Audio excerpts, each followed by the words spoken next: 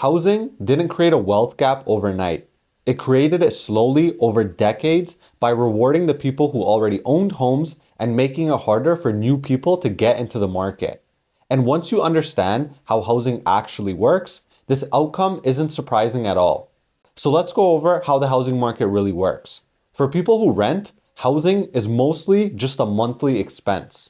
You pay rent, the money leaves your account, and that's it. You don't get any external value out of it other than having a place to live. But for people who own homes, housing works very differently. Every single month, part of their payment goes towards the loan, but part of it goes towards equity. That's money that stays with them, and on top of that, the home itself can increase in value over time. So from day one, owners and renters are on two different financial paths, even if their incomes are very similar. Now add leverage into the picture. Most homeowners don't buy with cash. They put down a relatively small amount and borrow the rest. That turns into a mortgage.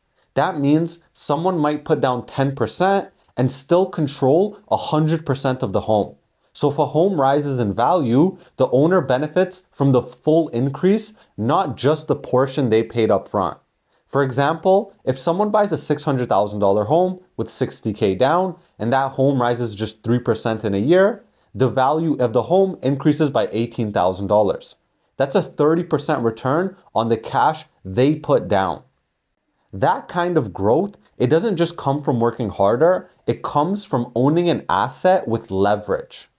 And inflation makes that gap even wider. Inflation raises the cost of almost everything: food, rent, services, and everyday expenses. And for people who are working, wages usually rise slowly and often lag with inflation. But homeowners experience inflation very differently. If you own a home with a fixed rate mortgage, your monthly payment stays the same in dollar terms, even as prices and wages rise around you. And over time, because inflation is growing, that payment becomes actually easier to afford because the debt itself becomes cheaper in real terms. So inflation quietly transfers value towards people who already own assets, especially in the housing market.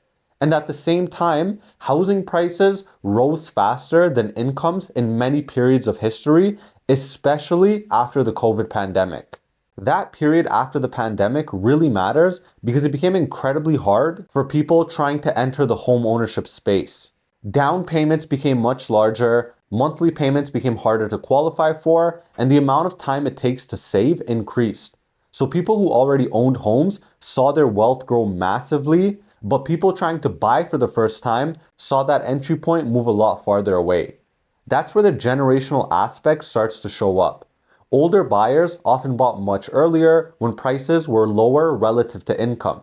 They had more time for appreciation and principal paydown, and they benefited from years of compounding. Younger buyers entered later at higher prices and missed those earlier gains. And higher interest rates increased this wealth gap. When rates rose, homeowners who already had low fixed rate mortgages stopped moving. If you locked in a 3% mortgage years ago, selling your home and buying again at 7% would dramatically increase your monthly payment, even if the home price was exactly the same. So people stopped moving, and that reduced the number of homes for sale, which helped keep prices supported. This protected existing homeowners, but it made it much harder for new buyers to enter. And a big difference with the housing market compared to other markets is that home prices don't quickly fall when demand weakens. Unlike stocks or crypto, housing is very, very slow. Most homeowners don't want to sell for less than they paid for, and many don't have to sell at all. So even when the market cools, prices often don't crash. Instead, fewer homes sell, listings sit longer, and activity slows. This is what people call stickiness, which protects owners from sudden losses, while people on the outside, they don't get that protection. And over time, these advantages compound. If you own a home, rising prices increase your equity, and that equity can be used later to move, to upgrade, or to even buy another property. But if you don't own assets, rising prices don't help you. They just raise the barrier to entry. And the longer you take to buy your first home, you miss those years of early compounding, which are some of the most powerful years for building wealth. And the data now shows that the average age of first-time homebuyers has risen greatly.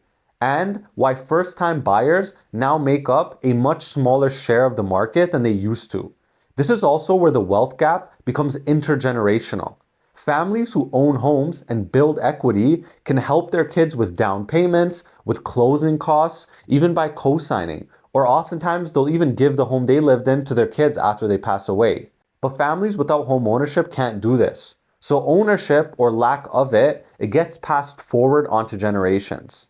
And it's not about effort or talent, it's about timing and asset ownership. And none of what I'm saying means that your income or your job doesn't matter. But income is what lets you qualify for a home. Your income is what you use for your down payment. Income is needed to do anything. But income by itself doesn't compound the way ownership does. Home ownership can turn inflation, leverage, and time into wealth. Whereas wages, they mostly just pay your bills. And that's why it feels like housing rewards asset owners, not workers. Not because workers are doing something wrong, but because ownership changes how money behaves over time. And once you understand that, the generational wealth gap, it stops looking mysterious and you can actually see the system and where people are building their wealth.